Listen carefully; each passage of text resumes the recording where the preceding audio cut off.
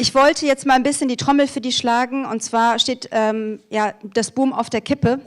Der Nutzungsvertrag läuft dieses Jahr im September aus und am 20.06. veranstalten die hier ein Sommerfest, wo sie dann aufklären, wie wir solidarisch, vielleicht gemeinschaftlich diesen wunderbaren Ort erhalten können, in dem Menschen Initiativen wie uns unterstützen, die eigentlich kaum Geld haben und die sich irgendwo treffen müssen, um gemeinsam nach vorne zu gehen. Solche Orte brauchen wir.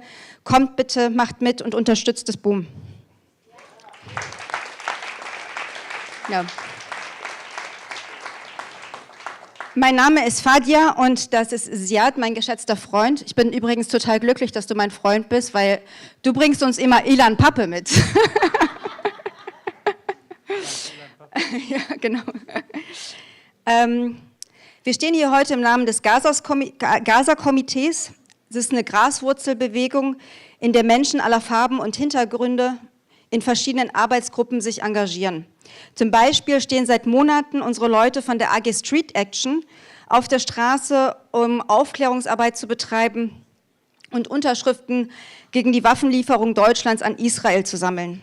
Oder zum Beispiel unsere AG, die halt Veranstaltungen mit Experten und Expertinnen initiiert, um Bewusstsein zu schaffen, gegen die Verdrängung, das kollektive Wegschauen und das Vergessen der fortlaufenden ethnischen Säuberung der PalästinenserInnen seit 78 Jahren, die inzwischen bei einem live gestreamten Genozid angekommen ist.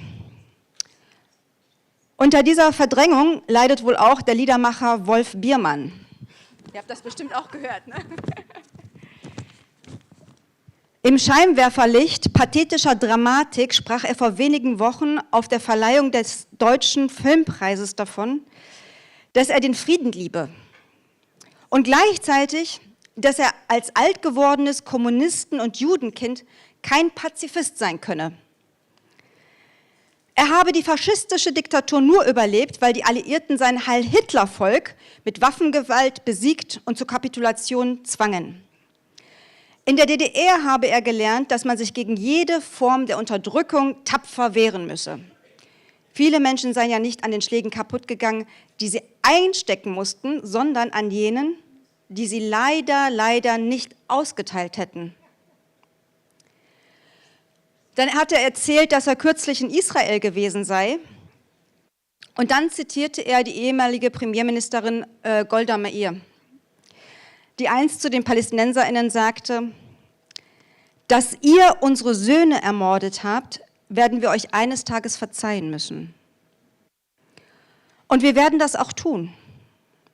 Aber wir werden euch niemals verzeihen, dass ihr unsere Söhne gezwungen habt, Mörder zu werden. Und dann ergänzte Biermann: Und das ist das Elend in den Gefühlen dieser Menschen dort. Ich wollte fast sagen, dieser Mörder dort, aber ja, es ist bezeichnend.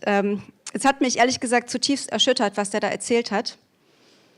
Nein, nicht nur wegen seinem Geschichtsrevisionismus, auch nicht wegen seinem wegen dieser menschenverachtenden Täter-Opfer-Umkehrung oder der Parallelisierung von Nazis und Palästinensern. Nicht nur, weil ihm die Rolle eines jüdischen Opfers angewachsen scheint, das kein Bewusstsein für Empathie und Verantwortung zulässt. Und auch nicht, weil er Krieg als probates Mittel zur Durchsetzung von Siedlerkolonialismus und Apartheid propagiert. Nein. Was mich wirklich erschüttert hat, war das Schweigen des Publikums. Da saßen SchauspielerInnen und Größen des deutschen Fernsehens, mit denen ich aufgewachsen bin, die ich bewundert habe, die Vorbilder für mich waren. Menschen, die definitiv nicht auf den Kopf gefallen sind und sehr wohl mitbekommen, was da in Palästina passiert. Und sie haben es einfach stehen lassen. Ich habe dafür wirklich überhaupt keine Worte.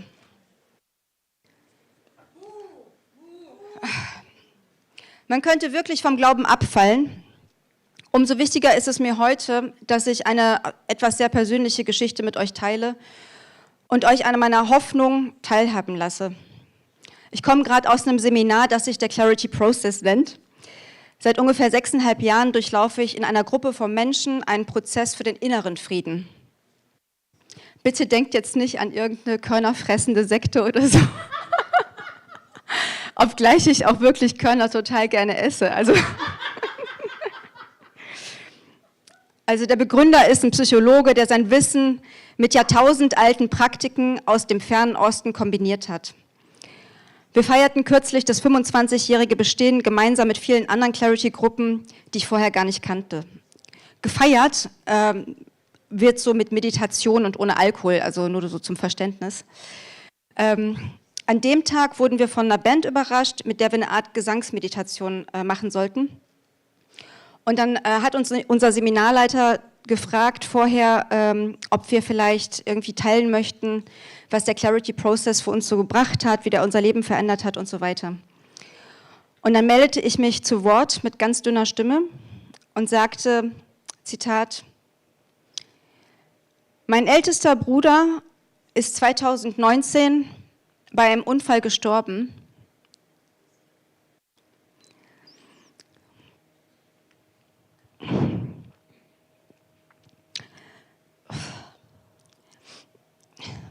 Durch diesen tiefen Schmerz zu gehen und wieder aufzutauchen, dabei hat mir Clarity geholfen. Und ich sagte, seit 1,5 Jahren sterben Zehntausende meiner Brüder und Schwestern in Palästina. Und mit Hilfe von Clarity schaffe ich es gerade so, meinen Kopf über Wasser zu halten. Dann dankte ich allen Anwesenden, dass ich an diesen Tagen mit ihnen unbeschwerte Momente haben konnte, kurz frei sein konnte von schrecklichen Gedanken und Bildern, die wir hier alle sehen. Und ich spürte dann, wie sich so Betroffenheit im ganzen Raum erfüllt hat. Und dann meldete sich Erika zu Wort. Ich kannte sie vorher nicht, auch eine Teilnehmerin, 72 Jahre alt, Jüdin. Ihr Vater flüchtete damals vor den Nazis in die Schweiz. Ihre Tochter lebt heute in Israel und ist mit einem Israeli verheiratet, die sich für den Frieden engagiert. Erika sagte dann, wir tun, was wir können, um dieses furchtbare Leid zu beenden. Und sie bedauere sehr, sehr, sehr, was da geschieht. Und sie findet das wirklich furchtbar schrecklich. Keine 5 Minuten später, als die Meditationsmusik einsetzte, brach sie wirklich so in den Armen von Ingo zusammen und und weinte wirklich so bitterlich laut klagend. Ihr Schmerz fuhr mir sofort so unter die Haut und ich stellte mich Rücken an Rücken zu Ingo, der sie in den Armen hielt. Sie griff dann durch Ingos Arme durch und umarmte mich. Mir kamen die Tränen. Dann kam noch jemand von vorne und umarmte mich auch. So standen Erika und ich weinend, gehalten von unseren deutschen Freundinnen, beisammen.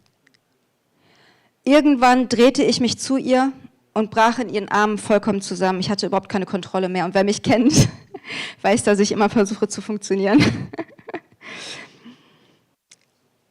Als ich klarer wurde und meinen Kopf hob, blickte ich in die weinenden, mitfühlenden Gesichter um mich herum. Die haben quasi alle um uns herum so einen Zirkel gebildet und haben sich so zur Musik irgendwie gewogen und waren echt, also ich kann euch diese Gesichter nicht beschreiben. Es war wie so ein riesiges Energiefeld. Diese Erfahrung des Mitgefühls mit PalästinenserInnen hat in meiner Seele einen Platz eingenommen. Ich konnte erkennen, sie ignorieren es nicht. Sie sehen nicht weg, sie fühlen mit. Viele kamen danach noch zu mir und haben sich für diesen magischen Moment, der eigentlich gar nicht richtig in Worte zu fassen ist, bedankt. Für die Hoffnung, die uns das alles allen gegeben hat. Wir möchten einen gerechten Frieden. Und ja, wir können das. Wir schaffen das auch. Aber wir brauchen euch alle dafür, für diesen Frieden. Wir brauchen insbesondere eure Klarheit. Wir sehen und hören so viele schreckliche Dinge und es ist total angemessen und in Ordnung, dass man Angst hat oder wütend ist oder hilflos oder ohnmächtig. Aber bitte lasst uns nicht zu dieser Angst werden und zu dieser Ohnmächtigkeit. Bleibt offen. Wir brauchen offene Herzen. Ich wünsche euch Frieden in euch und Frieden für die Welt. Free Palestine. Dankeschön.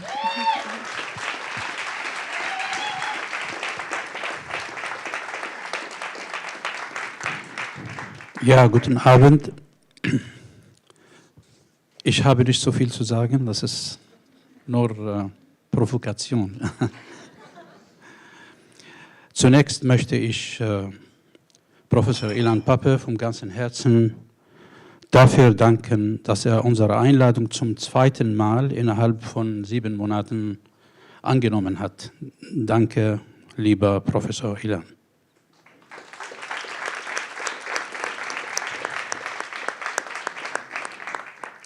Im heutigen Vortrag analysiert Professor Ilan Pappe das Konzept der moralischen Panik und unternimmt damit den Versuch, das gleichgültige Schweigen der deutschen Eliten zum Völkermord an den Palästinenser und Palästinenserinnen in Gaza zu erklären. Die Geschichte des Palästina-Israel-Konfliktes wird in der Regel von den europäischen Eliten und den etablierten Parteien in Europa und insbesondere in Deutschland absichtlich verfälscht oder falsch verstanden.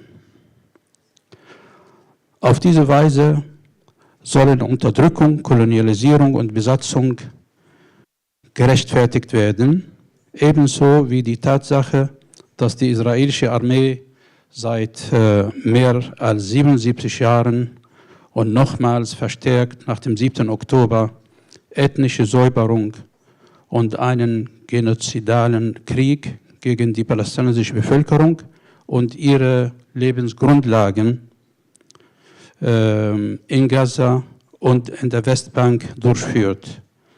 Die seit Jahrzehnten unablässige globale Irreführung des öffentlichen Diskurses über Vergangenheit und Gegenwart und die Übernahme der verschiedenen Mythen basiert, beeinflussen gravierend die Haltung in der deutschen Gesellschaft. Das Verständnis des Konfliktes wird dadurch enorm erschwert. Das alles trägt dazu bei, dass das moralische Recht und das ethische Verhalten der palästinensischen Bevölkerung ins Zwielicht rücken, was mit großem Unmut und Enttäuschungen seitens der Palästinenser und Palästinenserinnen innerhalb Palästina und in der Diaspora verbunden ist. Ich freue mich sehr, dass Dr. Nahed Samour die Moderation für diese Veranstaltung übernimmt. Herzlich willkommen, liebe Nahed. Von mir auch.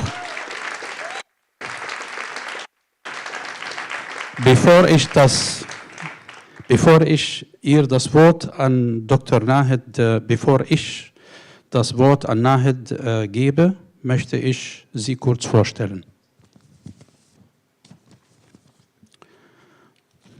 Dr. Nahed Samour ist eine wissenschaftliche Mitarbeiterin an der Radboud University. Sie hat Rechtswissenschaften und Islamwissenschaften an den Universitäten Bonn, Birzeit, London, Berlin, Harvard und Damaskus studiert. Sie war Doktorandin am Max-Planck-Institut für europäische Rechtsgeschichte in Frankfurt am Main und Rechtsreferendarin am Kammergericht in Berlin. Liebe Nahed, ich bitte dich an Stage zu kommen mit Herrn Ilan Pappe.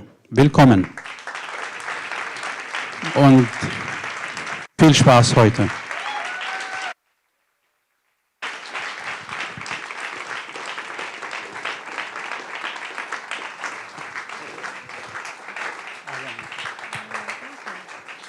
Hat er nicht ein Mikro? Wo ist sein Mikro? Das Mikro für ihn. Ja. Kannst du es ihm dran machen? Weißt du, wie es geht? Can you prepare this on stick? No, he wants this one. I can also pass on my mic. He told Yes, I can pass on the mic. Okay, fine. Do you like the micro? Yeah. Okay. I think he doesn't want to. Okay, thank you very much, everyone, for organizing this. Special thanks to Gaza Komitee, special thanks to Boom for making this possible. As an academic, I would have loved to have this event taking place at a university, but we're also happy to have this kind of alternative university structures that allow us to do public education, public engagement.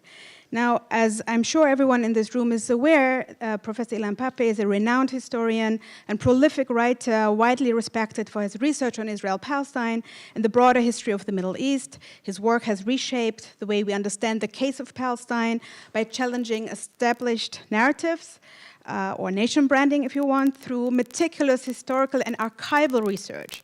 He has spent years unearthing archives and documents, exposing truths that require immense stamina, patience, dedication, and intellectual rigor. Professor Pappe is a professor of history and the director of the European Center for Palestine Studies at the University of Exeter in the United Kingdom. And over the course of his career has published numerous influential works that I think are worth some of them mentioning here because they will give you an idea of the breadth of research and study, and I think it will explain why we have invited Professor Ilan Pappe to speak about the question of Germany and Palestine. Now, amongst his, and these are only books, so as an academic there's always envy for people who write so many books next to all these articles. So amongst these books are Britain in the Arab-Israeli Conflict, 1948 to 1951, A History of Modern Palestine, One Land, Two Peoples, The Rise and Fall of a Palestinian Dynasty, the Husseinis, 700 to 1948, one Out of the Frame, The Struggle for Academic Freedom in Israel, The Idea of Israel, A History of Power and Knowledge, The Forgotten Palestinians, A History of the Palestinians in Israel, The Ethnic, of course, the very famous book, The Ethnic Cleansing of Palestine, and his recent one, Lobbying for Zionism on Both Sides of the Atlantic. So already your book titles speak to the very vast experiences of covering Palestine and Palestinians, Israel and Israelis, as well as European and US American empires involved in partaking in the catastrophe, the ongoing Nakba we are made to bear witness. Now, in its recent statement, the federal German government declared on May 6, 2025, that, quote, Germany stands by Israel and is seeking to bring about a de-escalation. That's the title of the statement you will find on the website of the federal government. And it continues, quote, Hamas has launched an attack on Israel on October 7, 2023, firing thousands of missiles. The federal government's position is clear. It condemns Hamas' brutal terrorist attack on Israel in its strongest possible terms and supports Israel in ensuring its own security. End of quote. Now, this is the abstract, the first lines, the summary, if you will, of Germany's position today. I think this official statement captures a couple of important points to which we will surely return in our joint conversation, and I'm later opening a discussion also for the audience.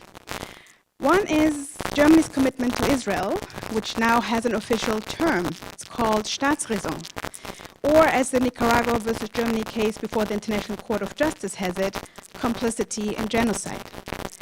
Second, the federal government's self-image is one of both standing by Israel and of being able to de-escalate in a situation of unfolding genocide. This is also the idea we might later want to discuss, namely that Germany has to decide if it wants to side with Israel, by Israel, or wants to uphold international legal norms and international legal institutions, such as the International Court of Justice and later the International Criminal Court, as established after and with strong reference to the horrors of World War II and the Holocaust or Shoah, because clearly Germany cannot side with Israel and uphold international law at the same time.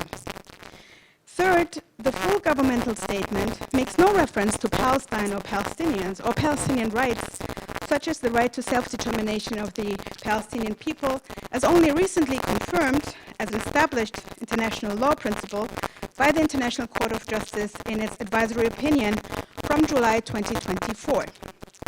Only at the very end of the full statement of the federal government, the second last sentence, the P word appears. Quote, the Palestinian civil population is also suffering from Hamas terror.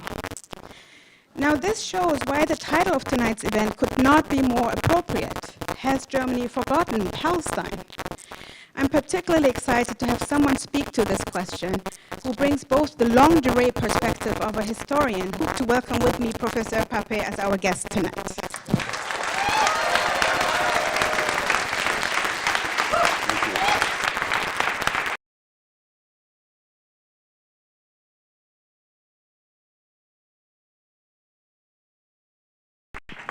Thank you so much, Nahed, for this kind and generous introduction.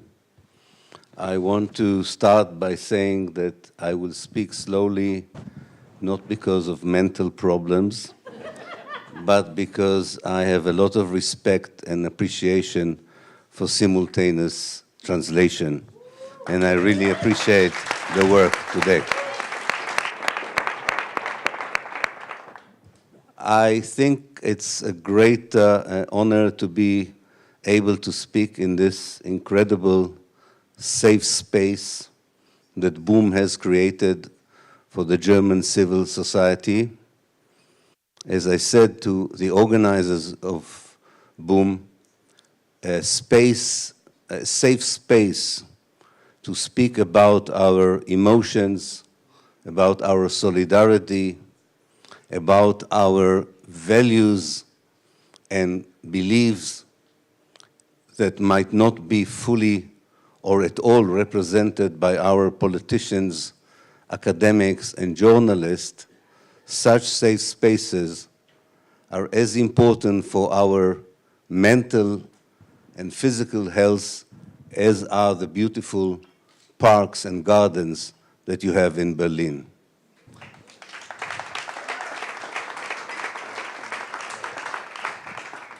Ecological lungs are as important as civic lungs, and I hope this kind of project would continue to survive.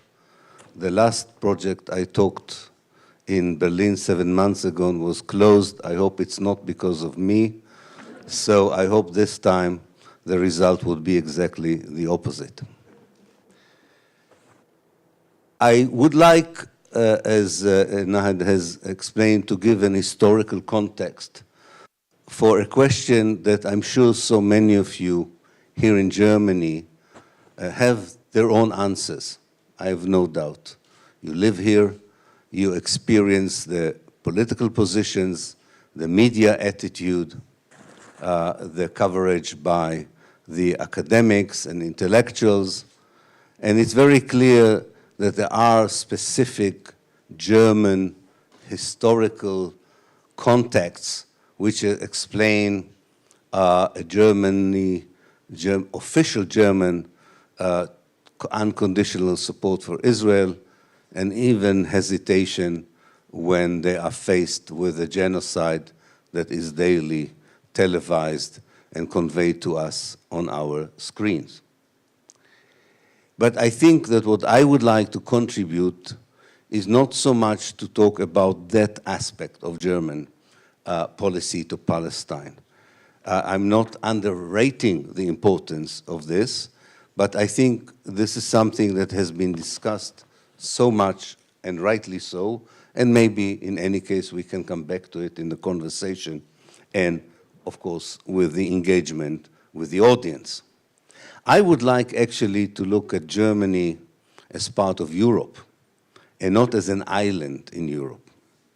Because it's not only Germany that hesitates to challenge Israel after nearly 2 years of genocide. Most of the European governments do not dare to challenge Israel.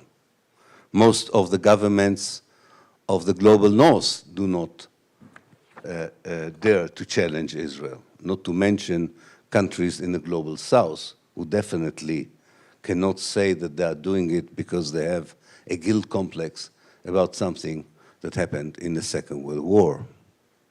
So there is something even more fundamental to my mind that explains the incomprehensible, the unacceptable German and European indifference. And that indifference was not exposed to us on the 7th of October or ever since. We have to remember that Europe stood by when half of Palestine's population was expelled in 1948, when half of the Palestinian villages were destroyed in that year, and most of the Palestinian towns were destroyed by the Israeli army. Europe stood by, and especially the European Social Democratic parties and government stood by when the Palestinians and Israel were under military rule as citizens between 1948 and 1966, bereft of any basic human and civil rights. Europe was also silent when Israel expelled 300,000 Palestinians during the June 67 war, and remained silent for 57 years of occupation of the West Bank and the Gaza Strip, remained silent during the siege on Gaza, and didn't do very much while watching the settlers of the West Bank harassing the local population, and then the Israeli army implementing an incremental ethnic cleansing of the population there. So this silence, this invisibility of the Palestinians is not new. And the only thing that we can say when we discuss this today is that we are, as human beings, and rightly so, surprised that there's invisibility of the Palestinians continues despite of what happened since October 2023. So here is my very partial historical context for that. It's not the only explanation. It's incomplete. But I hope it brings to the fore ideas that I don't hear them discussed in Europe in general or in Germany in specific. So let me start by the very beginning of the history of Zionism and remind us all that Zionism was a European Christian project long before it was a Jewish one. You have to remember that the early 19th century, Europe was still quite a religious society. And in countries like Germany, the evangelical Christianity, very much like in the United States, was not just a theological force, it was also a very powerful political and economic force. And for many of these clergymen and theologians and thinkers, the idea of creating a Jewish state in Palestine was God's will. They connected what they would call the return of the Jews to Palestine with the resurrection of the dead, the second coming of the Messiah, and the beginning of the end of time. This was not a marginal ideology. This was an ideology shared by people in very prominent positions, whether they were president, prime ministers, heads of universities, or leading journalists when journalism became an important part of European culture. And this was motivated also by hatred to Jews and racism towards Jews, because obviously in this divine scheme, the Jews did not belong in Europe, but belonged in Palestine. And their role was, first of all, to ignite this process of the end of time. Then they were supposed to convert to Christianity, or being barbecued or shish kebabbed in hell. And all this was important so that these evangelical Christians can get back the only Jew they wanted, Jesus Christ. This kind of theology connected to other ideological streams in Europe that focused on the main issue at the time, which is maybe not that easy to see today, but the main issue of the time was when nationalism became a powerful ideology in Europe, who belongs to the nation and who doesn't belong to the nation. Who is an Aryan, who isn't, who is a French, who is an Italian. And every national identity needs someone who doesn't belong, because that's the best way to know who you are when you know who you are not. And the Jews were the easiest group to say, we know we are Germans because the Jews are not Germans. We know we are French because the Jews are not French. So this kind of racism connected very well with the ideology of building a Jewish state for theological purposes, and not surprisingly ignited the imaginations of leading Jewish intellectuals and activists, especially in the late 19th century, when anti-Semitism, because of nationalism, became even worse than the kind of racism Jews suffered from during the days of the church. And not surprisingly, it led eventually to the genocide of the Jews in the Second World War.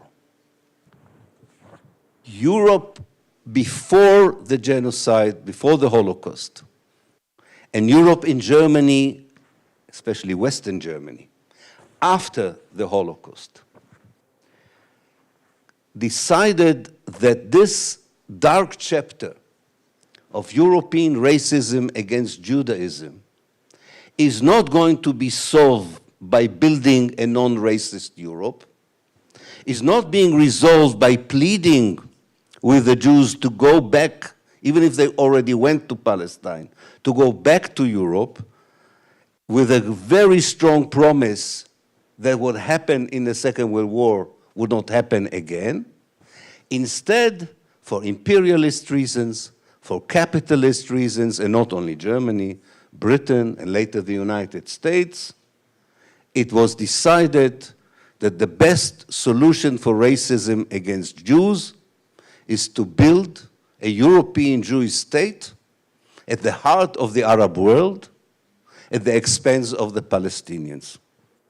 Now, if you came from a different world, you probably would have told the architects of this project that it doesn't make a lot of sense, and they would ask, of course, what would the local Palestinians say about it? And you would have two answers. First of all, that it is totally impractical because we will use force to make it come true. And secondly, we don't know who the Palestinians are, so we don't know who you are talking about.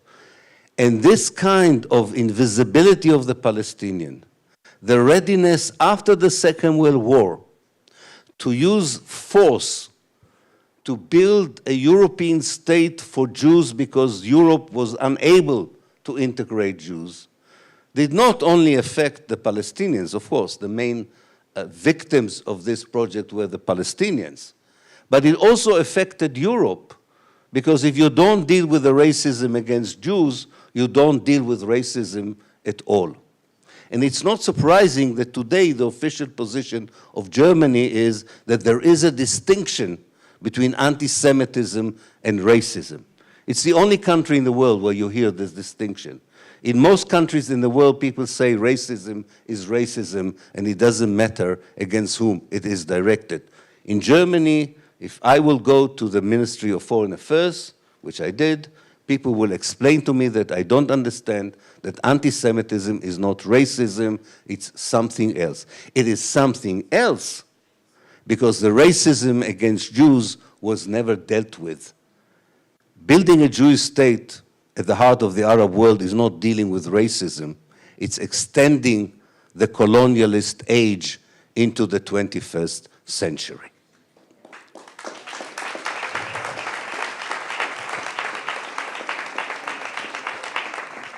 But there is something, another aspect for that kind of development that, of course, I don't have time to go deeply into. But there's an important aspect of it that you are familiar with when you say probably Australia, Canada, New Zealand, even at the time, apartheid South Africa, are part of Europe, are part of the West.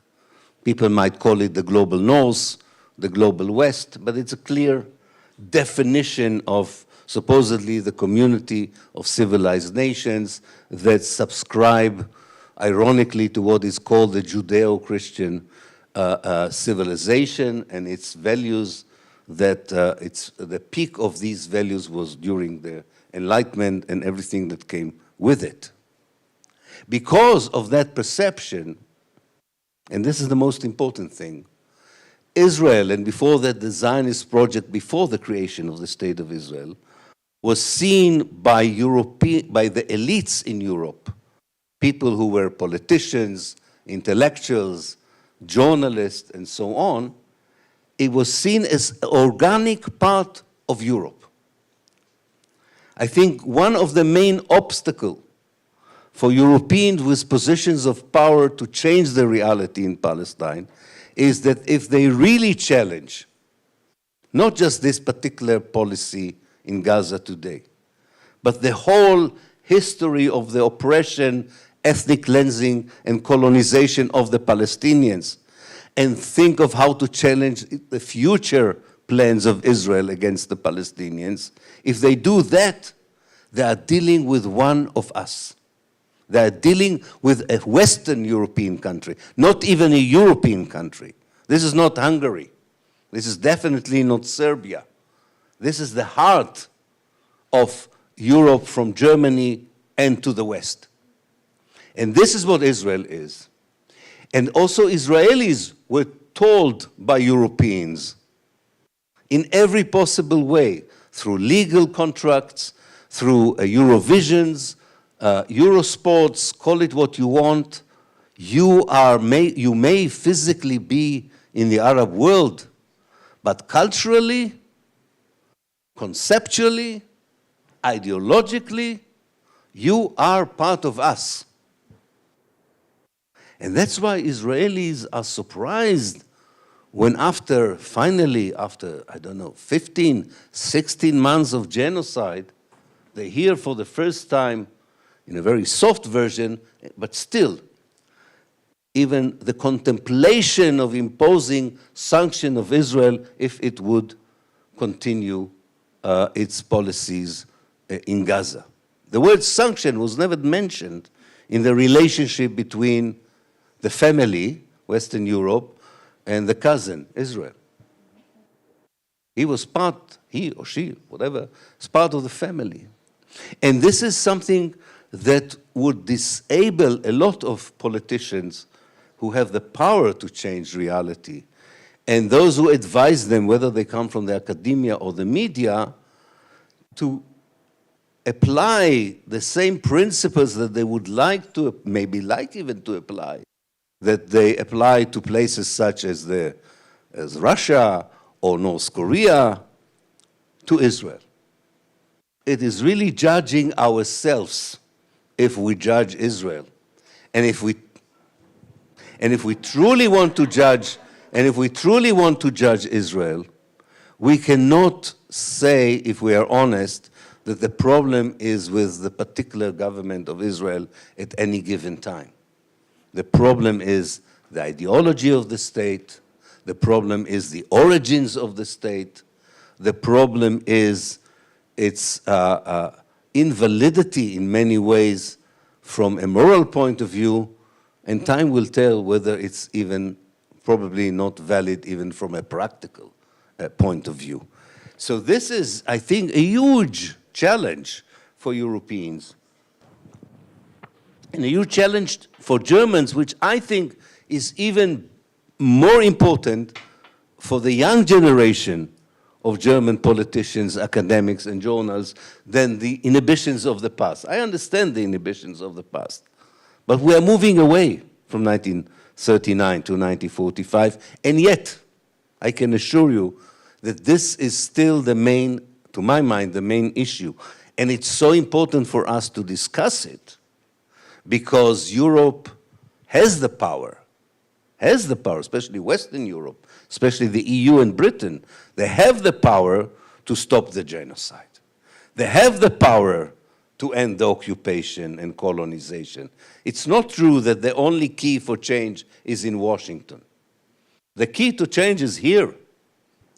And in other European, and especially Western European capitals, Israel is much more depending on Europe than most people know in terms of trade, military aid, moral aid, the struggle against isolation.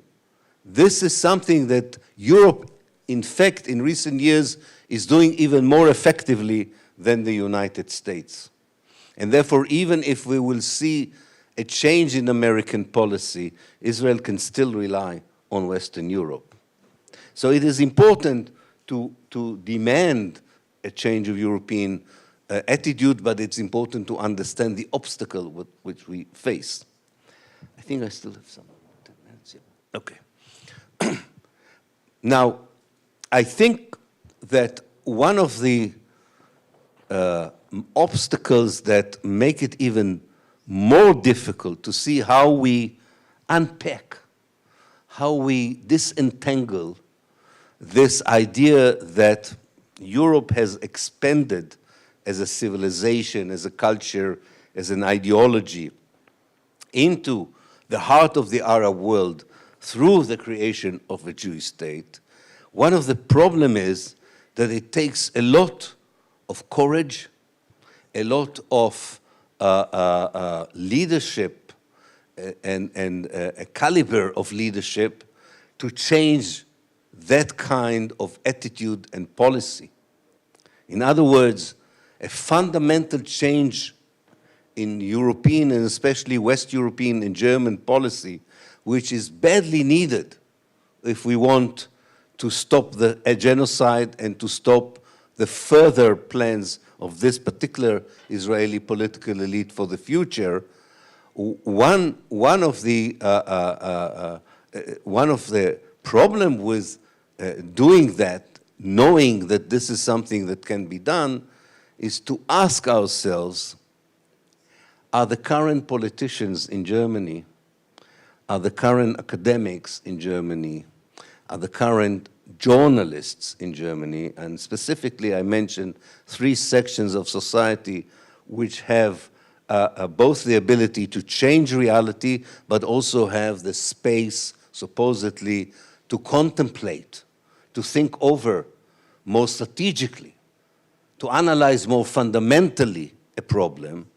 Do we have such a caliber that I'm talking about among the German politicians, among most of the German academics, and among the German journalists or media people?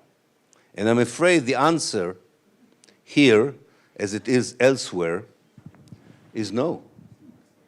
They are not in that caliber.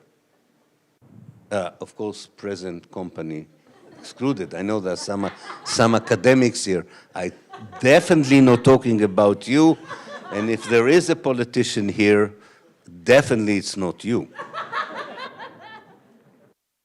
It's your colleagues, and it's your institutions. And I think that this is a particularly worrying phenomenon, not only for Palestine or for Gaza. It's for all the issues that trouble us as a society, our freedoms, the issues of global warming, issues of global poverty, immigration. What is international justice? Is it applied to everyone, or is it an exclusive club where the judges are all Western Europeans and all the criminals are everyone else? Are these the kind of people that can change a reality that is disastrous, not just for the Palestinian, for us, for everyone who sits here? It is a very gloomy prospect, given what we know about the people who make decisions on our behalf, either in a cabinet, in a government, in a parliament, in municipality, the people who advise them in the academia, or the people who are supposed to be critical about them but give them carte blanche in the media.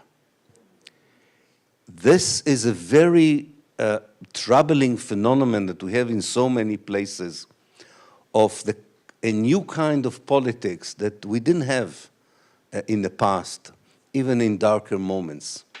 It's very these politicians are very self-centered.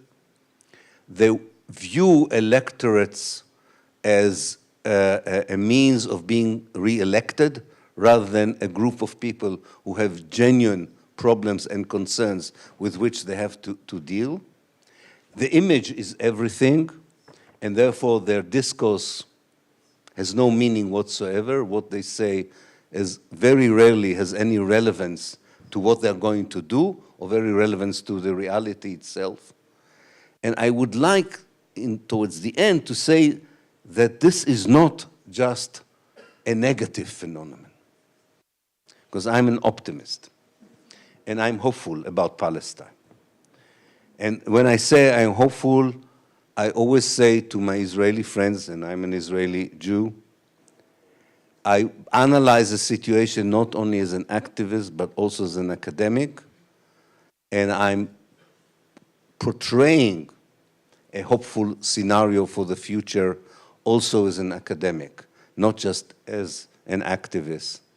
But you will have, I say to my Israeli friends, to share with me something that you think is heretic, unacceptable. That to view the future of Israel and Palestine as a democratic state where everybody is free, you know from where to where. And you know from where to where, and allow the refugees to return, and we're just beginning to unfold this scenario, can go on and on, that for you, this is a doomsday scenario. It's a suicidal scenario.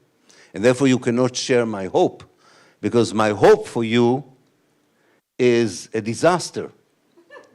But I would tell you that you view it as a disaster because you were indoctrinated in a vile way, in an abusive way.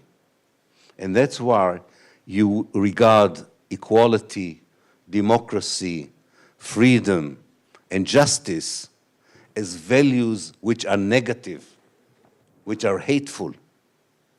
That's why in Israel, international law is a dirty word. And you should think whether this is the horizon for you and your children and your grandchildren. Now, why do I see? So I want to say, when I'm optimistic, maybe for this audience it's clear, but I have to be honest and say that this optimism is not shared as optimism by Israel and its friends. But coming back to my point about the politics, it is very clear for me that the struggle for a different kind of politics, for a different kind of an academia, the academic institutions have to rethink about what is their role, what are they doing. They always examine and analyze everyone else instead of themselves. It's time for them to examine themselves as well. Not to mention mainstream media that lost the confidence and the credibility that maybe once they had.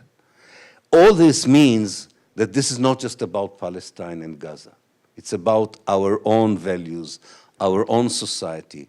And if so many people are affected by the lack of moral courage, by hypocrisy, by a very shallow analysis and research, then maybe we can create a much more powerful and expanded alliance, not only for the people who believe that the genocide in Gaza should stop, not only the people who are in solidarity with the Palestinian people, but for people who believe in a different kind of society and a different kind of politics. I call it Global Palestine. And Global Palestine will, I believe, will be a powerful alliance, because if it won't exist, we are doomed as a human society for lifelong led by politicians that don't care about us, a media that doesn't tell us the truth, and academics who are afraid of their own shadow. This is something that we should fight for, and every small win in that direction brings Palestine closer to liberation, decolonization, and freedom. Every loss in this struggle immunizes the policies Palestinians are subjected to, as we can see, are happening on the ground. Sum up as finally saying this, I do believe that we need to analyze both the historical context in which the present German indifference and European indifference operates, as I say, much wider than where it usually gets stuck. It says, well, it has to do with Germany in the Holocaust, and then you stop the analysis. It's much wider than that. It's much wider than that. It's not only true about Germany, it's true about the West in general. I think we should analyze it even more and understand that actually, and with this I would finish, we are facing a group of people that are suffering what I call, and you mentioned it, moral panic. And moral panic is an important issue that I think we can face and deal with, but hopefully we will develop it in our conversation.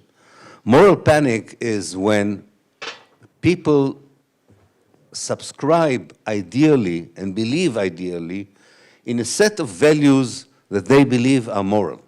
They're very proud on their moral constitution. They say to themselves, we are people who believe in freedoms. We are people who believe in democracy. We are progressive people. We are good people. But not very often they have to test these values with the possibility that there might be a price to be paid for sticking to these values. And what Palestine did in the past, and Gaza is doing in particular now, is a huge test for the values that they believe guide them in life. They might lose their job. They might be arrested. I don't underestimate this. They might be suspended. They might be called anti-Semitic. They might be called racist. They might be called Holocaust denier. But if they chose to be in public life as leaders, as politicians, as intellectuals, we can expect them to be somewhat courageous in willing to pay that price. If they're not willing to pay that price, they are betraying our confidence in them.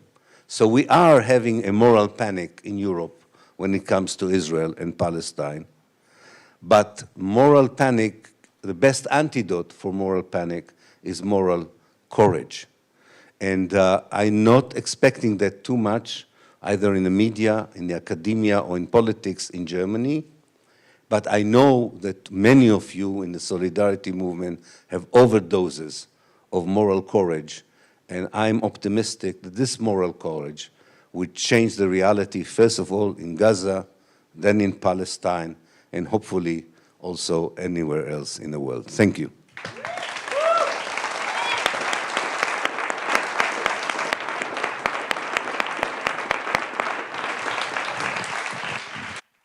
Thank you very much, Ilan Pappe, for this fantastic presentation on, well, everything from history to morals. I want to start by challenging you a bit.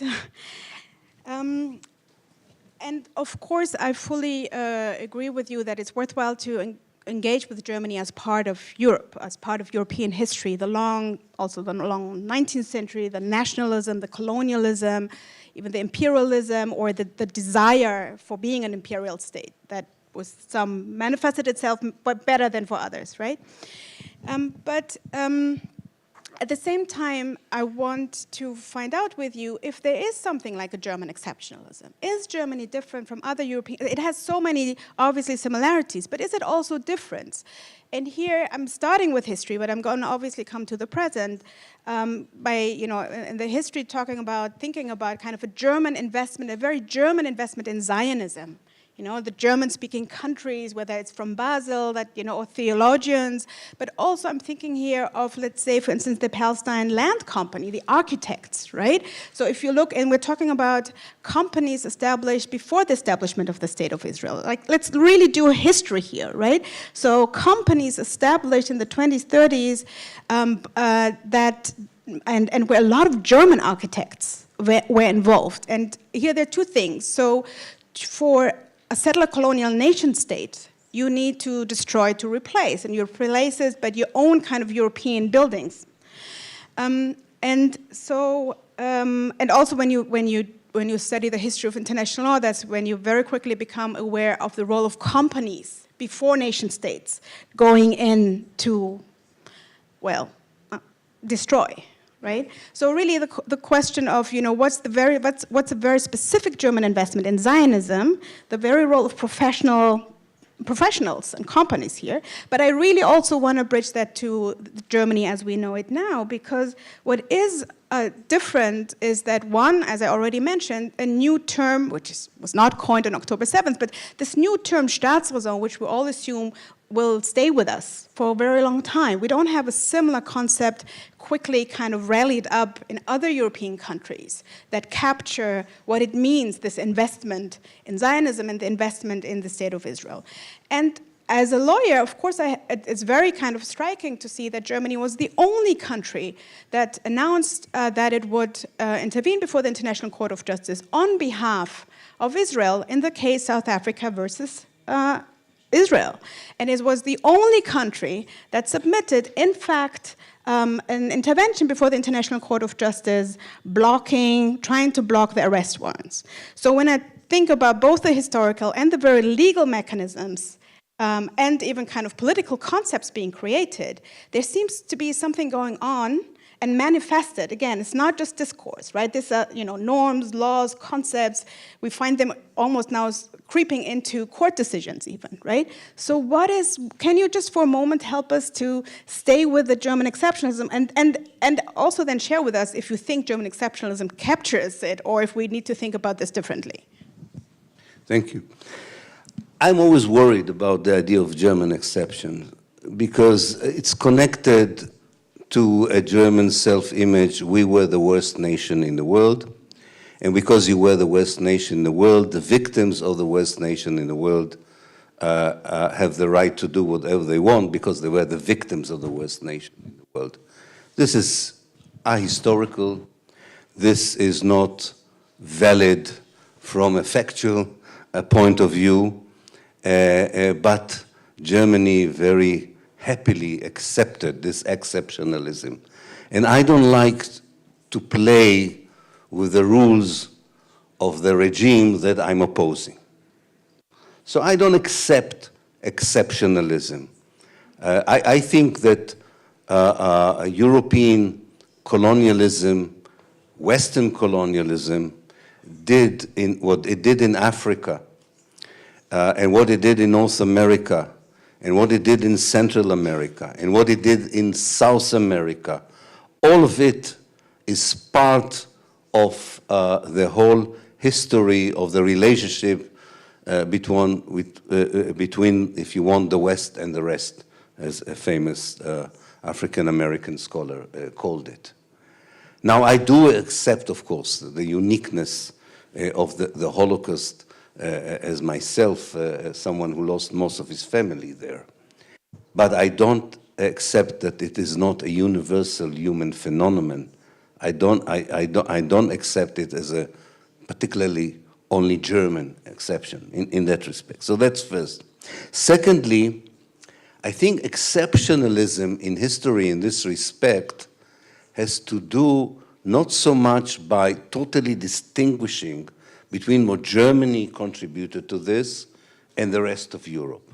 Rather, analyzing historically and correctly what was the German role in the European idea that the best solution for the racism against the Jews is to colonize Palestine and to build a European state, not necessarily a German one, a Western European state at the heart of the Arab world, with total knowledge that this will destroy the Palestinian people in Palestine. This is, for me, the question. Germany doesn't stand alone in this. And you can see that, actually, if you look at the historical facts, Germany, until the rise of Hitler, during the last days of the empire, during the days of the Weimar Republic, was not the most important country supporting the colonization of Palestine. It was Britain. Britain was the one empire, which was much stronger than the German Empire, that believed, or its leaders believed, that the best way to serve the British imperial interest in the Middle East is not only to have a British Palestine, but also a Jewish Palestine. And Germany was quite on the margins. But then Germany becomes a very important actor after the Second World War, exactly because of the connection that I pointed to, the organic nature of, the organic European nature of the Zionist project. Here we have Germany being occupied by both the West and the East in 1945. The beginning of the Cold War. The United States, Britain, France believe that a new Germany, as they would call it, is essential for winning the Cold War. But how do you legitimize Germany, or how you readmit Germany to the community of civilized nations, which the West thought that only Western countries belonged to, in the Cold War? You need, what is better than asking the Jewish state, which was never a Jewish state, it isn't a Jewish state today, it was never a Jewish state, but asking the state that pretends to be the Jewish state to fulfill two historical roles, which the Israeli leadership was very happy to do. One is to say, we are the only ones who represents the Jewish victims of the Holocaust. This was not true. This was a fabrication. Most of the Jews were not in Israel.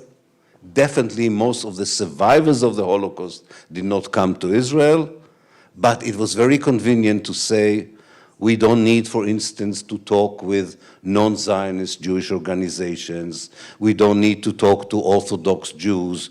We need to talk to the State of Israel because they decided, and we decided, they represent the Jewish, the ultimate victims of the Holocaust, the Jews. The second role Israel had to play was to say, as the representative, as the exclusive representative of the Jews, we legitimize the new Germany. They didn't wait very long for recognizing Germany. They were almost were the first state to recognize the new Germany. I always said that you could have waited and be number 6 and given number 7, given what happened, but they rushed. And they rushed because there was a prize for that recognition. Huge financial aid.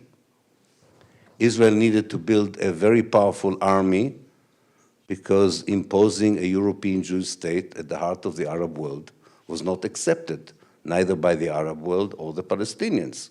So you needed a formidable army. German money helped to build it.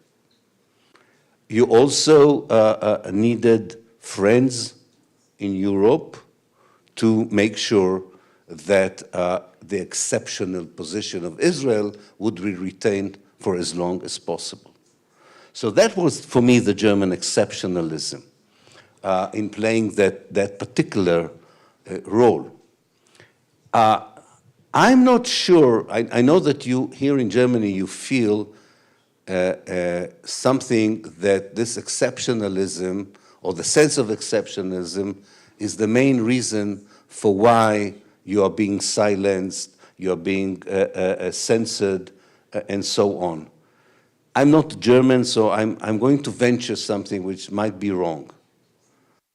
But to my mind, the lack of freedoms that are now, or the freedoms which are under danger now in Germany, are also under danger in many other places.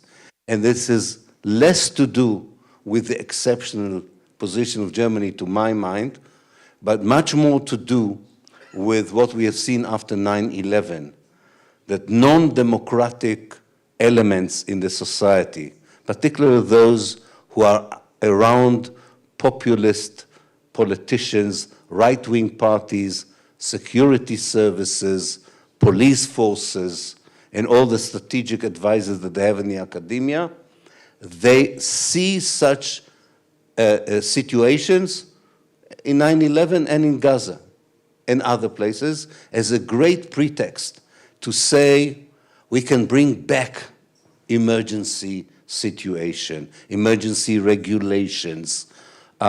We can claim that we are defending the nation and national security. You know, national security is something academics have invented. It's always a bad thing to adopt something academics invent. They invented national security. It's the most bizarre notion that, of course, you can go to the library in Humboldt University and there will be a full room of books on national security, and there are about 50 leading journals on national security. What academics sometimes don't realize, how all of this was distilled into a notion that enables the regimes to oppress and regulate people by saying, we are the only ones who know what is national security. So that became almost an academic blessing to the right of the regimes, wherever they are, to totally violate our basic rights. So I think it seems as if Germany is particularly tough on anybody who demonstrates for Palestine, but I think that it is also true that this is just an opportunity to make sure that the government is in control again over a civil society that seems to be too democratic, too pluralistic, and is very annoying to certain sections in the society that are still mesmerized in this country and many other countries by ideas of fascism, extreme nationalism, and racism. They don't exist only in Germany. They exist everywhere. And it's just a matter of what is the relationship between this unfortunately human phenomenon, the religion, the regime, and the supposedly section in the society that should offer ways of dealing with it rather than enhancing it. So I think that, you know, Germany has an exceptional, if you want, past with a relationship to the Jews, but maybe we should unpack also the idea of the Jewish state in this respect and say to the Germans that when you support Israel, you don't support the Jewish people. When you are opposing criticism on Israel, you are not opposing anti-Semitism. What you do, you are supporting an apartheid state that committed ethnic cleansing for many years and now commits genocide. And when you silence the people who criticize it, you are silencing some of the best people in your own society who still adhere to values of anti-colonialism, anti-racism, democracy, and freedom. And I think that this is something that German politicians in the future would find very difficult, because my own analysis is that Israel is not only not going to change in its current form, it will become even more extreme domestically and politically, and that would bring to the fore, or would, I think, destroy this Western self-explanation that always allowed it to stay in the realm of moral panic. Peace is around the corner. A better Israeli government is around the corner. There's a peace camp in Israel. You don't know that? So eventually it will happen. I think they know it's not going to happen. And the big question is, what will they do with that? And no stress on exceptionalism and guilt complex would help them to shield themselves from a very clear accusation of complicity that can be summarized in one sentence. Germany was once on the wrong side of history. Why does it choose to be twice on the wrong side of history?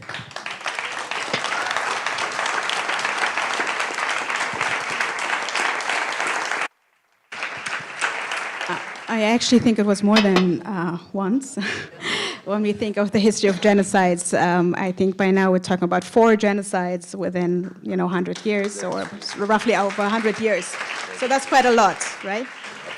I would like to ask you about whether you, so basically I think I want to ask you about the difference between Palestine and Palestinians, Is there, is it that, so in my understanding, Germany, and here of course I'm talking about the wider public or state officials, they do see Palestinians, but they don't see Palestine.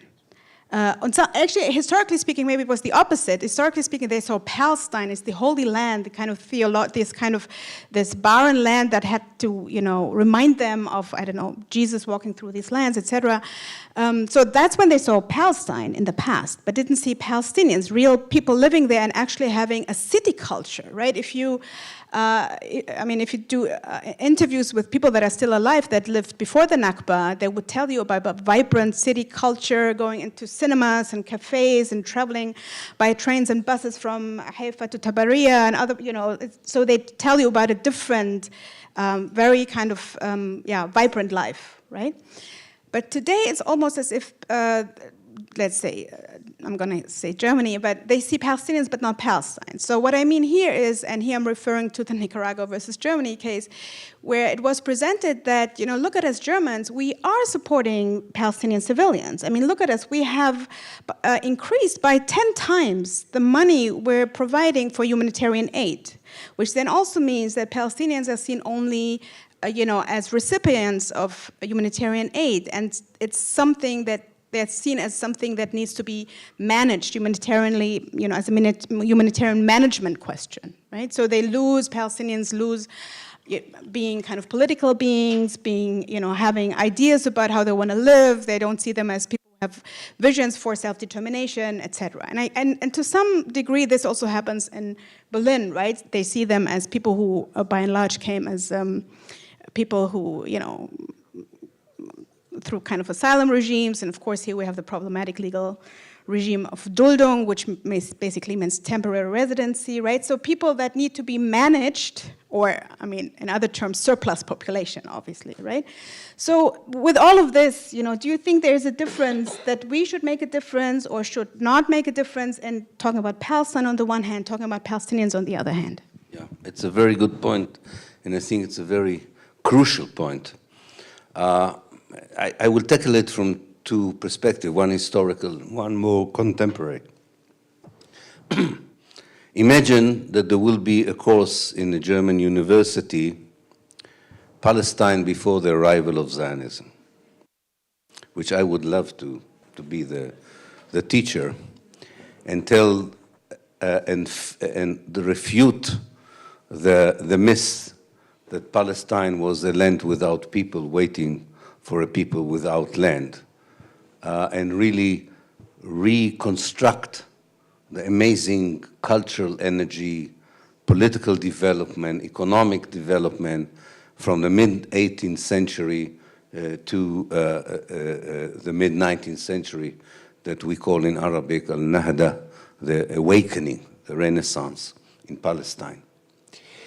And then think about the greeting sent in 2018 by the German president of the EU to the government of Israel on Israel Day of Independence, greeting Israel for blooming the desert.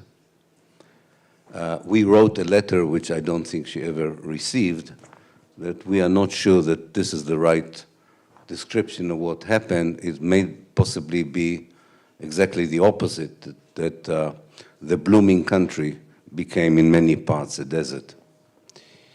Now, this shows you how deep indeed is not only the distinction between Palestine and the Palestinians, into what high level the myth that actually Palestine was not a place of any significance until the Zionists arrived. In fact, Palestine over the centuries was not a significant space unless Europeans were there, the Crusaders. There are quite a few atlases, including in Britain, that's why it's not totally a German issue, which are called the Atlas of the Arab-Israeli conflict, where Palestine between the Roman period to the arrival of Zionism is offered through two very small maps because nothing of significance happened there. And every year after the arrival of Zionism, you have a special map to show how Palestine developed. So yes, it's not just Palestine and the Palestinians, it's the total denial of the existence of Palestine.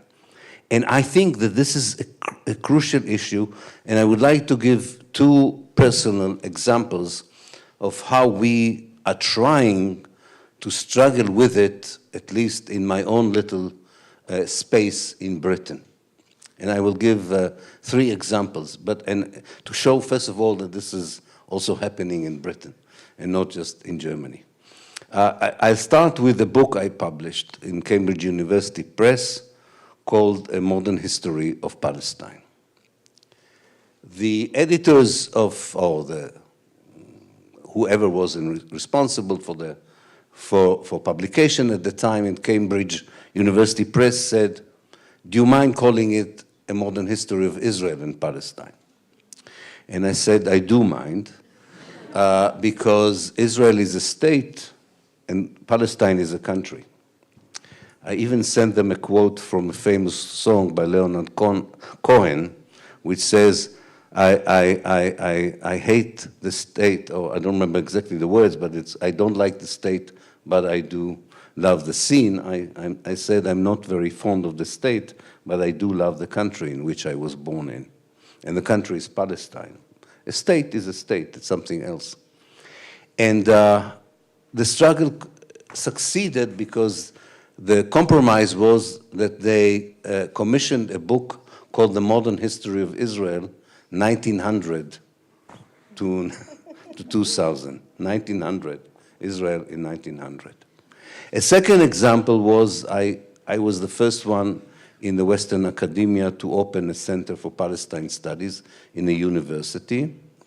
And of course, the first reaction of the university said, "Do you mind calling it the Center for Israel and Palestine Studies?"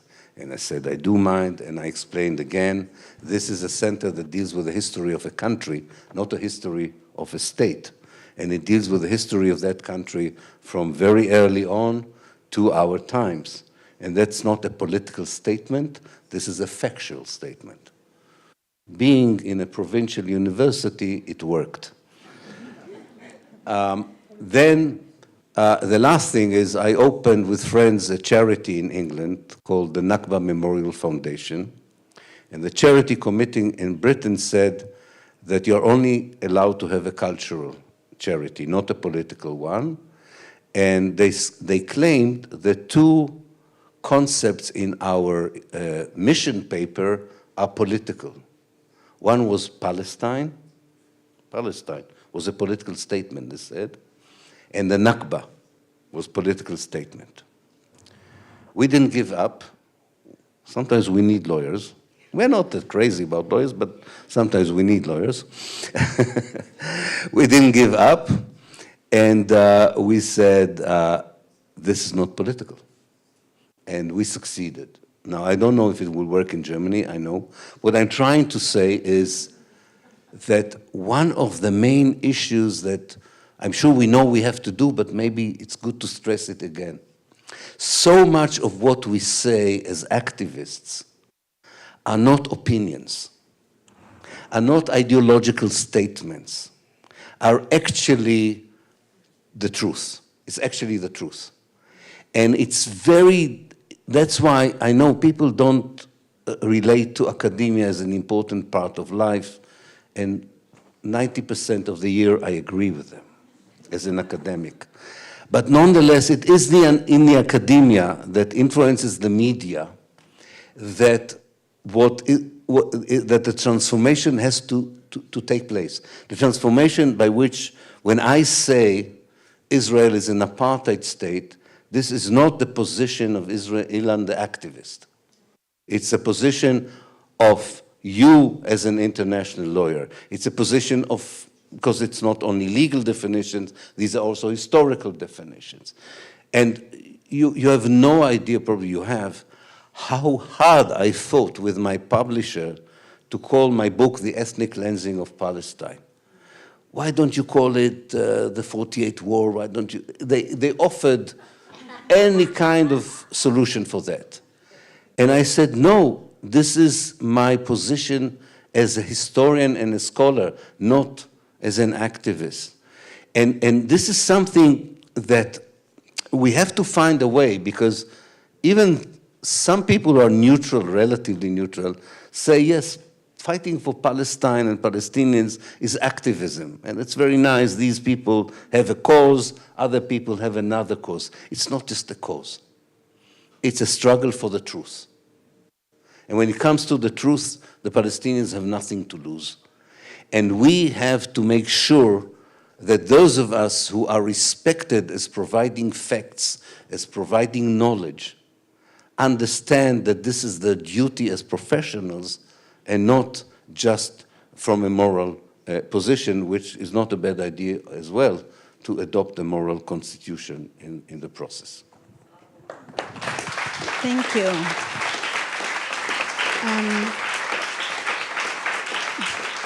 I actually have more issues and more things I would like to challenge Ilan Pappe on.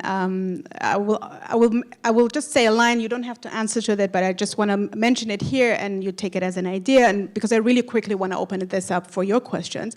But of course, the term, the verb, I like verbs, but forgotten, I mean, is a problematic verb here, right? Because there's an active part, right? It's not something passive, you know? So it would be, if we had time, I would invite you to develop your ideas on whether this is really just a forgetting, you know, or denying, or is there like an active part? And even omissions can have like an active dimensions to it, right?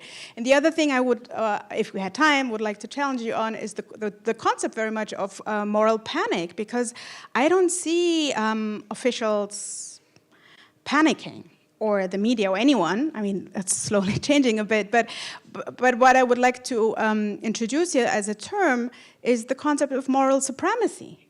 There's so much kind of self-assuredness of we are, of course, doing the right thing, right? I mean, you're the one, you know, we need to teach you what anti-Semitism is because we know it, right? So there's more like we need to teach you what, you know, what the right understanding of international law is, what the right understanding of protest law is, freedom of expression, right? So it has something, you know, more than just, it hasn't anything panicky. It has something of a supremacy that is being reintroduced as we know it. You know, we know values, we know the law, we know politics, right? So I will just react very shortly. It's forgotten because also many Palestinians have forgotten these Palestinians. That's why I use this term. It's not only the world that has forgotten this particular, and some Palestinians. Secondly, you're right, of course, but I'm talking exactly on the people who hesitate. We know that our biggest problem are not with the people who are officially pro. Our problem is, I will call it, with the liberal Zionists of Europe, not with the ultra-Zionists of Europe. And the liberal Zionists have a problem, and I would still like to recruit them. I'm not saying it's a crucial mission, but I think that's the kind of people, or as Chomsky used to call them, the POPs. The progressive except on Palestine, yeah. Okay, so with this, I would really like you to start asking, you know, think about the questions, the comments you have, things you've always wanted to know about Germany and Palestine and Ilan Pappe. So how does this work with the mic? Is someone... You need oh, okay. No, you take this one. We can manage between us. sorry, I think, so what okay, the light is, can we start here just because it's quicker? There's one, sorry, you have, sorry, I only see, I think, sorry, someone with earrings and glasses. Yes, sorry, very strong lights here. Thank you. Where's my seat? Sorry. And very quickly, we're going to connect three. Okay. And so Yeah, because that's I think easier. it's important to get an idea of what I agree. what is. I agree. Hello, thank you so much for coming to Germany again. I don't know why you're doing it, to be honest. I want to ask you about the sudden discourse shift in German politics. Like, since a few days, we're hearing it. Mass said, like, "Yo, I don't know what Israel is doing right now. I don't understand it." And a few politicians also talk like this. To be honest, I don't believe it's a real change in their thinking. I just think that they are trying to save themselves, you know, like in the future they want to say, oh, I opposed it as well, like a few years ago, etc. Why do they think they're doing it right now? What do you think about this? Thank you. Maybe the person next to you and then in the back. I saw you. Also, really big thanks for coming here and coming back here after 7 months. It's a pretty big deal for all of us. My question is actually a follow-up to your talk 7 months ago, where you expressed optimism about the fall of Zionism from a historian's perspective. So it doesn't happen tomorrow, but it happens in 10 years, 20 years from now. My question is more about how do you reflect on this optimism now, given the fact that in the past 7 months, we have had an increase and escalation in the extremities of this ongoing genocide and occupation? Thank you. In the very back, the person also with glasses. Very back.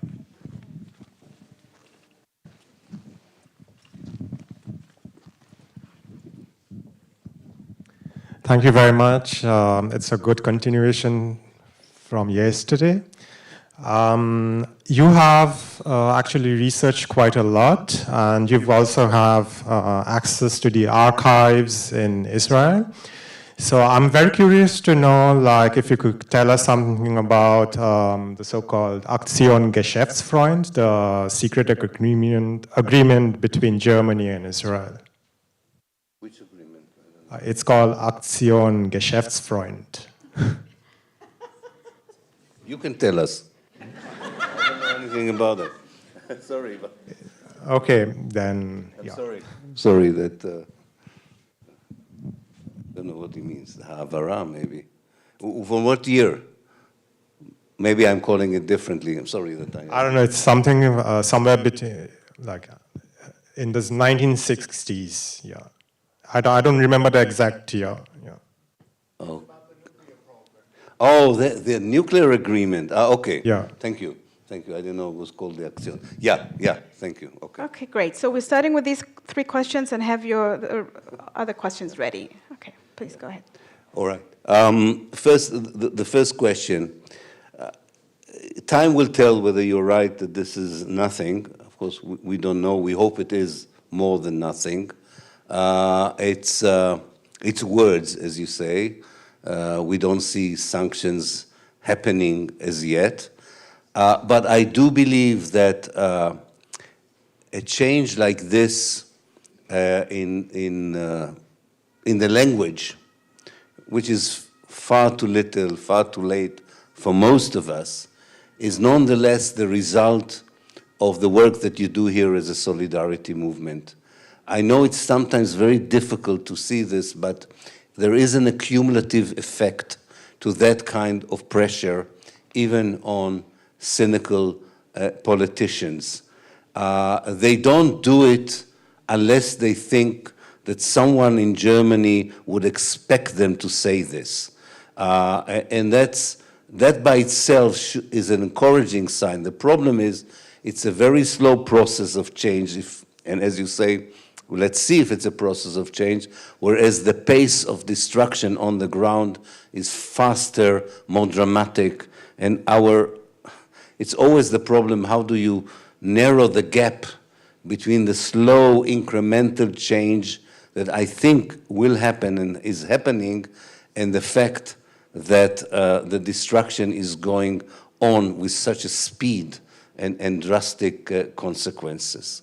But I would not underestimate some of the achievements that pressure from the outside can have, and not be total pessimistic of our ability to bring a change.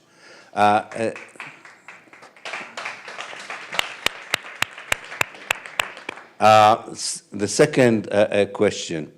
In fact, if you would remember when I talked about it 7 months ago, I said that one of the indication for a disintegration of a project, the project can be a state, can be colonization, one of the symptoms of weakness of governments and states that are involved in immense violence against their own people or other people is how that one of the symptoms is that they become even more brutal than before because they cannot sustain it anymore and cannot hold it together. Think about the brutality of the apartheid regime in South Africa in the very last year of that regime. Think about the brutality of South Vietnam in the very last 2 years before South Vietnam fell. So so first of all, this kind of horrific brutality for which the Palestinians are paying such a dear price, from the perspective that I was analyzing it in long-term history, does not change my conviction that I am watching as an academic a process of disintegration. Secondly, the other the other indicators I mentioned 7 months ago are even more prominent in my eyes today.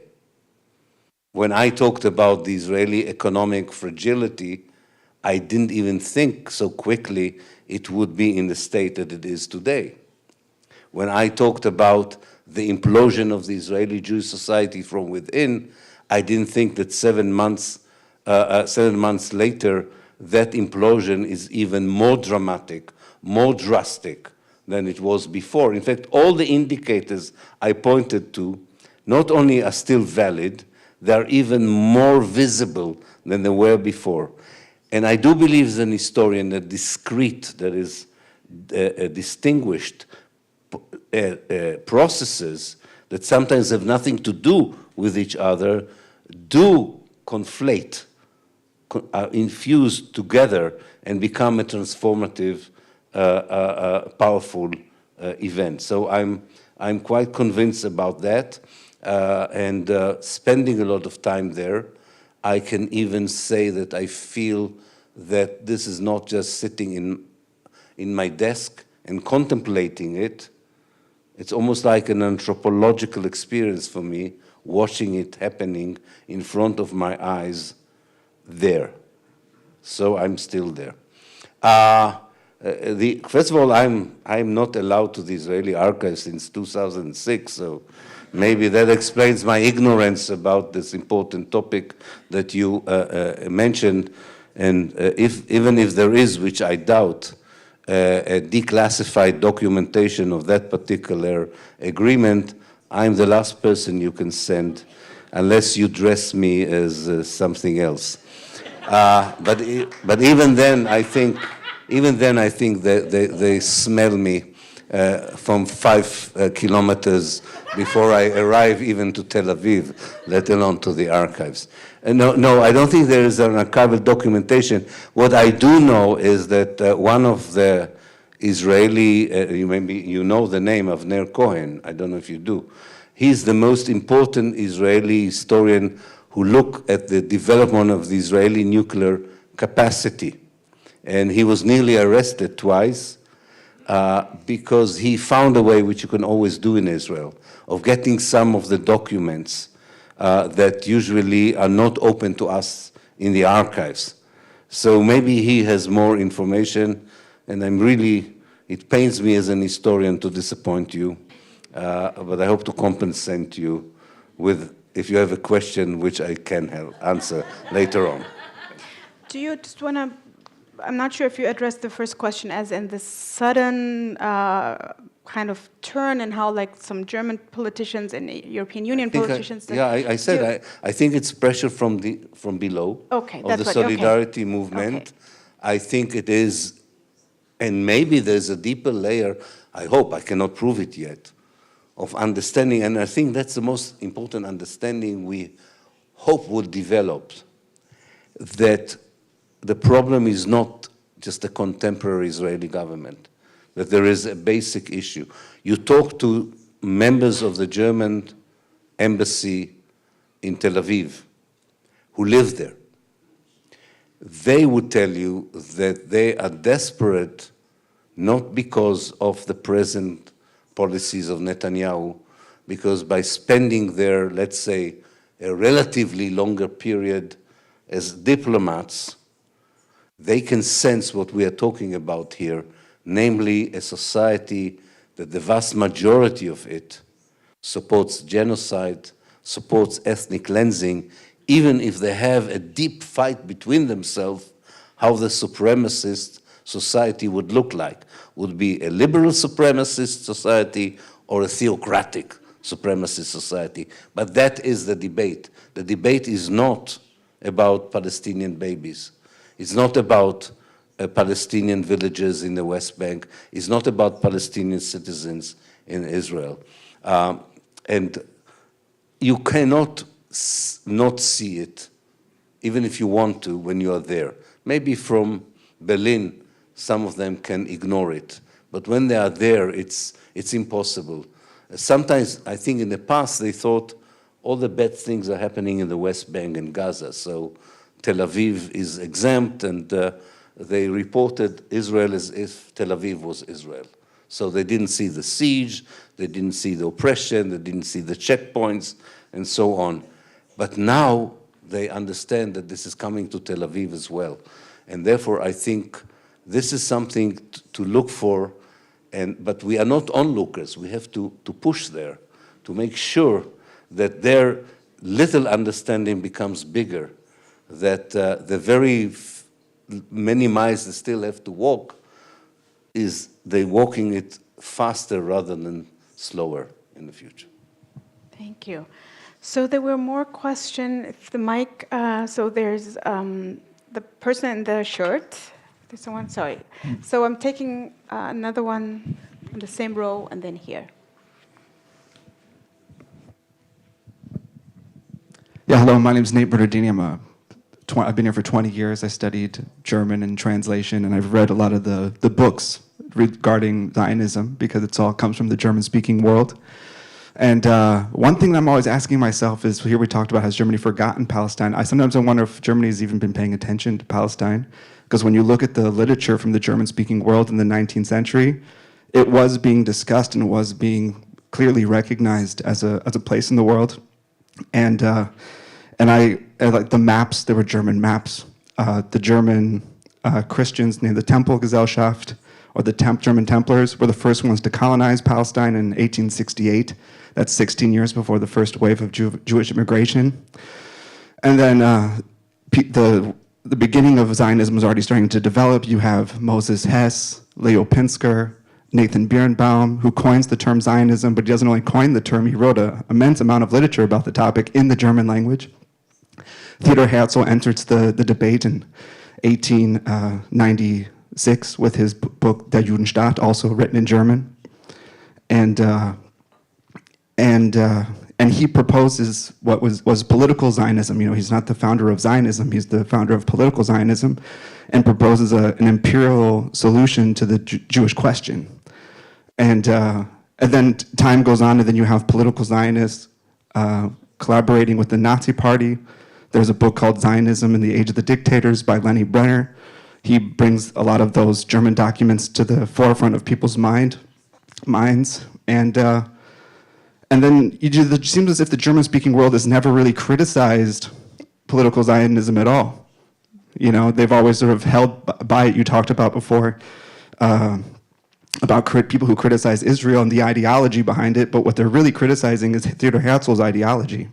The Judenstaat is really a blueprint for modern-day Israel, and And I'm sort of surprised how little understanding there is about Germany's role with this country, as you said, Palestine, and the German-speaking's relationship with it. And I was just curious to know, why do you think that is, that the German-speaking world hasn't really been paying attention to Palestine? Thank you. There's, yes, here in the same row, I think, almost, or here. Thank you. Thank you so much to both of you for your important work. I have two very short questions. One is about the discursive shift that was mentioned in Germany. There seems to be some acquiescence to the idea that like the situation is bad in Gaza, but politicians, as they're mentioning this, are pivoting to terms like the two-state solution and like what needs to be done, which seems increasingly empty when you look at the reality. And since you were alluding to one democratic state, I'm wondering if you see any potential for that politically, if there's any actors that you would look at to push that idea further. That's one question. And the other one, very quickly, since you spoke about like processes of translation from academia to media to civil society, like how would you suggest to push that forward? Thank you. And then there was one question over here. Here. Sorry.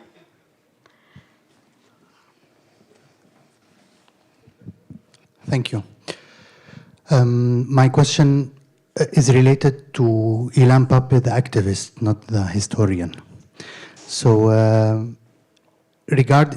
live here in Germany since 9 years, and I noticed that whenever they speak about pro-Palestinian movement or like a demonstration, it will be labeled pro-Palestinian, then Judenhasser, then anti-Semitin, and then you will see the word Gewalt, like violence, which kind of makes everybody in between, the ultra-Zionists and the hardcore pro-Palestinians, kind of trying to confused at least, or deciding willingly to be apart.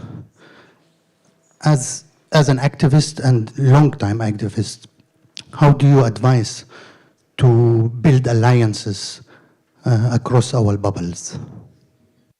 Thank you. Yes, I think so. I'm a little bit dismayed by the first question, and I feel a failure as a history teacher. I thought I explained why Germany made the Palestinian invisible, but I understand what you are saying. But I really think that the lack of knowledge about the kind of works you talk about, and especially, and I think you're right to pointing out that before Herzl and the Zionist leaders put their faith in England, they put their faith in Germany. But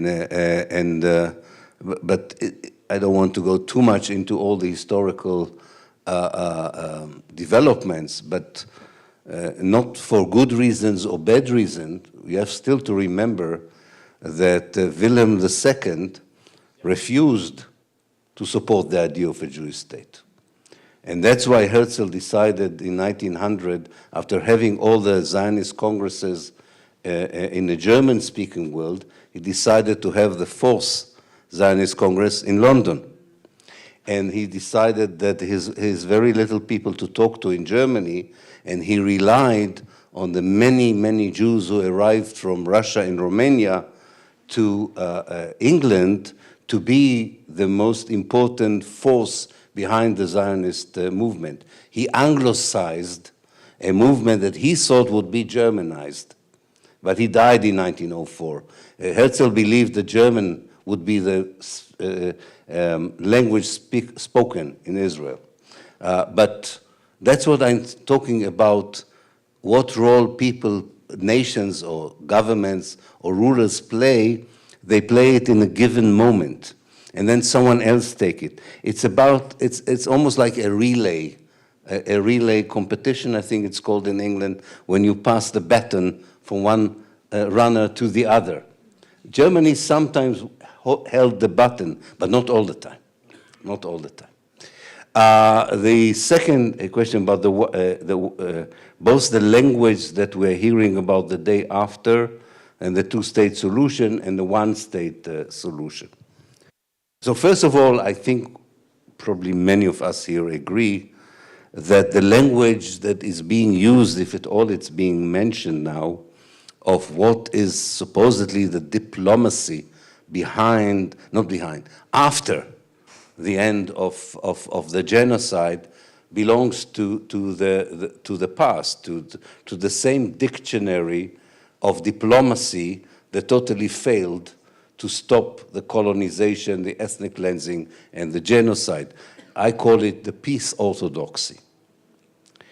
So the peace language that was mainly invented by American political scientists that decided that the best way to deal with Israel and Palestine is through the same way that you deal with problems in the world of businesses, informed the peace process. And that also explains why the two-state solution comes as an idea of compromise, of division, of partition, and so on. It is very disturbing to hear that this language is being used, still being used, also after the genocide in Gaza, but it is true that that's the way that they are using it. And it doesn't help that some Palestinian leaders that won't be mentioned by name are helping this discourse to stay alive. And we have to accept it. That this is something that we are struggling against because we think this is the wrong dictionary. We are not looking for peace. We are looking for decolonization. We are not looking for the right of Israel to defend itself. We're looking for a way of saving the Palestinians from destruction. And we are not calling upon Europe to serve as a mediator, but as someone that serves as a defender of the Palestinian rights. As for the one state, I think something has to be prefaced here, which is important. And that's why I'm optimistic about it in a way. One of the most important features of what I call the peace orthodoxy was that the Palestinians were never consulted about what they want. At best, they were asked to respond to something that was produced as a peace plan in Oslo, in Washington, in Tel Aviv, or wherever, even in the United Nations. What is, first of all, attractive about the idea of the one-state solution, that it puts the Palestinians in the driver's seat on the conversation about the future. We will react to what the Palestinians want. We won't ask the Palestinians to react to what we want. And I include in the we want the Israeli Jews. But it's, of course, I'm not naive. Most of the Israeli Jews would not accept the idea that they have to listen to what the Palestinians want and go along with it. They're not used to it. Europe and Germany told them, you don't have to do this. You will tell the Palestinians what you are willing to give them, not the other way around. So one of the challenges to this language first begins with who is speaking about the future. I would say who is even speaking about rebuilding Gaza. The people of Gaza will rebuild Gaza, not Mr. Trump. We are saying these normal sentences, which are not radical at all, which are actually quite conservative and tame, and people would say, oh, we heard this radical expression, this horrific ideas and so on. We have a problem here. We are speaking a very normal language that for years the Israeli lobby and other processes made it sound radical, extreme, where actually it is the most reasonable, commonsensical language that we are using. And we have to fight for this idea that we are using common sense and normal language when we are talking about this issue. I'm part of an initiative called the One Democratic State in Palestine on the ground, which, yes, to be honest, is mostly made of Palestinians, but I'm not the only one who is not a Palestinian there. We are trying not to claim to represent the Palestinian national movement. We're not trying to say that we are the future. We are just creating a space to discuss beyond slogans. What does it mean? And more importantly, how do you get there? But this conversation is led mainly by Palestinians, mainly by young Palestinians, and they come from all over Palestine and outside of Palestine. This is something we hope that one day the world will get used to, that you have a Palestinian thought process, organization, representation that will offer the world the vision for the future. This hasn't happened not only since 1948, this hasn't happened since the Balfour Declaration, which was the first European idea that you don't have to ask the Palestinians, they didn't even name them in name, what is the future of their homeland. We are now more than 100 years later, and it's still not understood that the only way forward to deal with the violence that affects everyone, not only in Palestine, also outside of Palestine, is to at least get to this elementary truth before we can talk about, one state or decolonization. Hopefully we can start with this. Thank you. So I would love to admit more questions, but I mean, let me first also, please, I need to make this comment that, of course, also these days, I mean, even talking about the law, international law, seems to be a radical act when in fact international law is one of the most bourgeois and liberal and, dry things to talk about, right? But even mentioning the International Court of Justice, yes, you want to pick up on this question? Yes. Please do. Sorry, I forgot. I'm getting old and tired every minute, both old and tired. Yes, I'm glad you asked it because it's an important question. I think that I talked about it yesterday in the workshop. I had an amazing experience being in a demonstration of 1 million people for Palestine in London. And when you are in such a demonstration, you understand that this is alliance between people who probably don't agree about many things. Yes. They're not all on the left.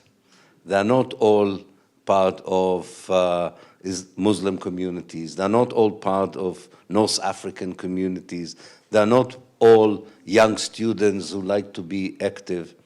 They're all these things together. And what was hopeful but didn't happen yet is how do you turn this alliance, which was very easy to organize in England, by the way, of people who, as I say, quite often argue quite fiercely about the future. They said, for Palestine, we put it all aside. We are here.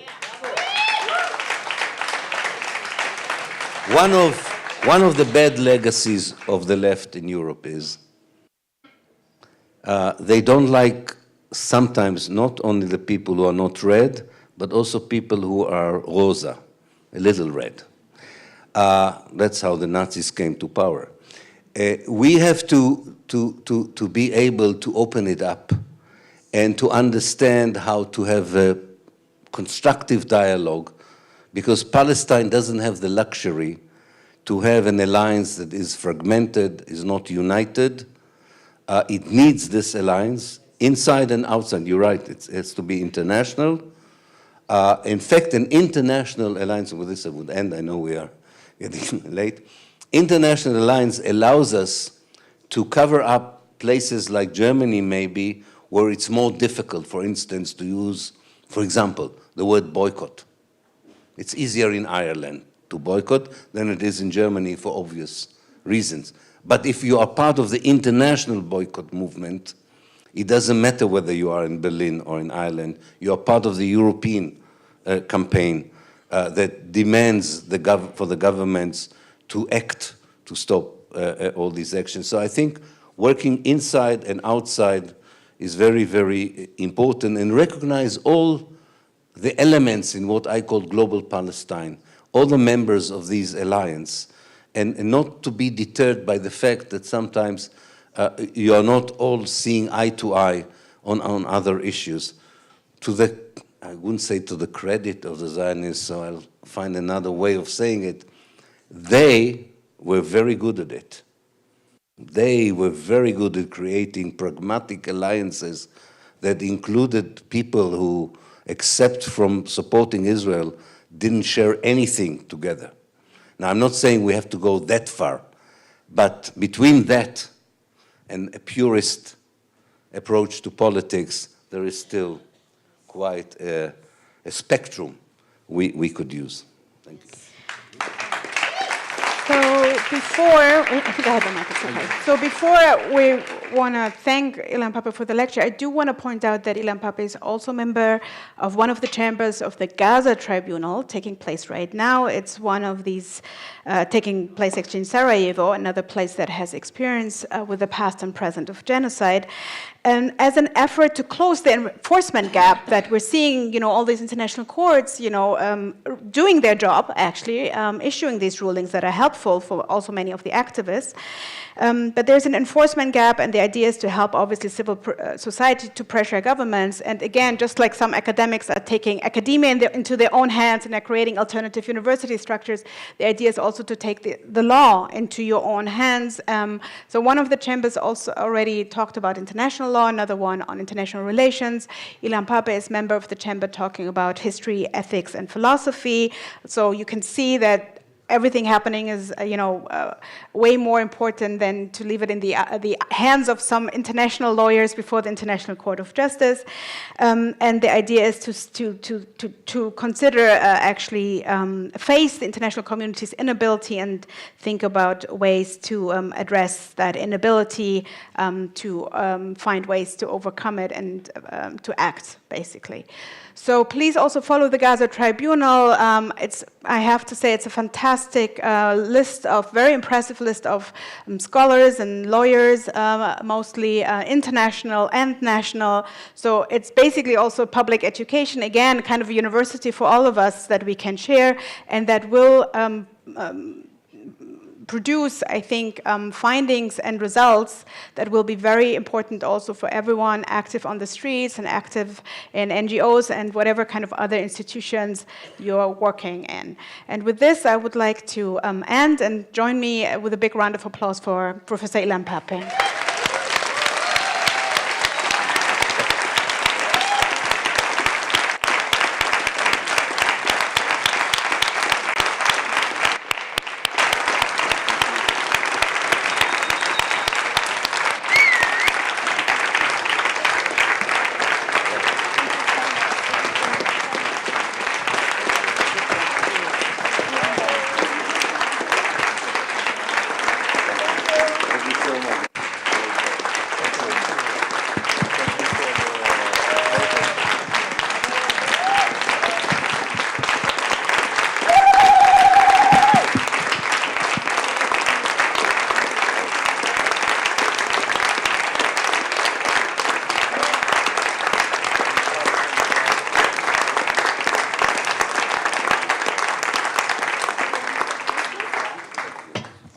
So you're making a final announcement as organizers?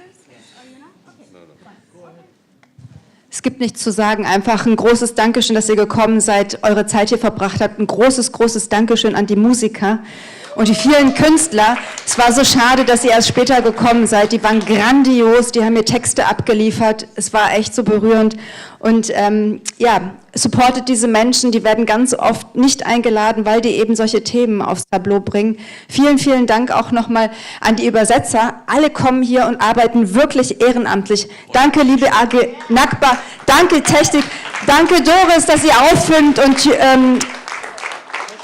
danke auch an die Security, die kommen auch immer wirklich und supporten uns. Es gibt so viele Menschen, ohne die das hier alles überhaupt nicht sein könnte. Vielen, vielen Dank. Und danke an die Technik und an alle Übersetzer. Dankeschön. Und vielen Dank, dass ihr gekommen seid. Bis zum nächsten Mal.